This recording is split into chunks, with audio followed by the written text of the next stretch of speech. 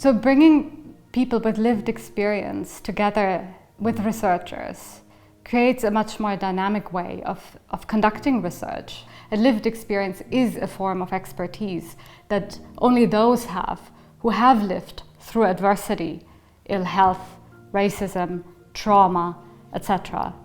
So bringing us all together allows us to understand mental illness in society in much more complex ways.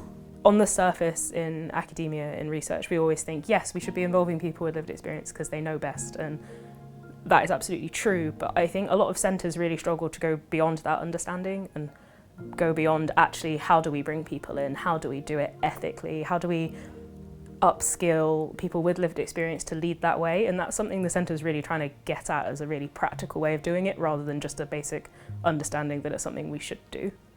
I think what makes the centre really different is they sort of see working with people with lived experience and centering our experience as a privilege, and they see upskilling all of us to do our work as a privilege, and that's really nice and a really big change from other places I've worked, other academic centres, other universities, who sort of see it as almost like a burden or an extra step to get funding.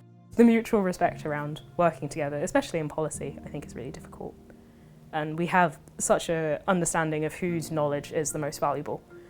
And the centre is in a really good position to sort of really challenge that in the wider policy-making spaces, in the wider practice spaces and professional spaces, and to really champion the idea that experiential knowledge, yes, looks different, but is just as valuable and just as useful.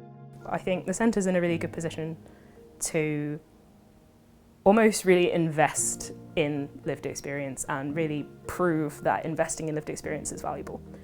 And yes, that comes from working with us, working with the LEAB, but it also comes in working with different stakeholders. I think in the third sector, in the charity sector, they've sort of already got to this point where they're saying, yes, we work with people with lived experience, yes, we invest in lived experience, and it's sort of taken as a given that that's going to add value.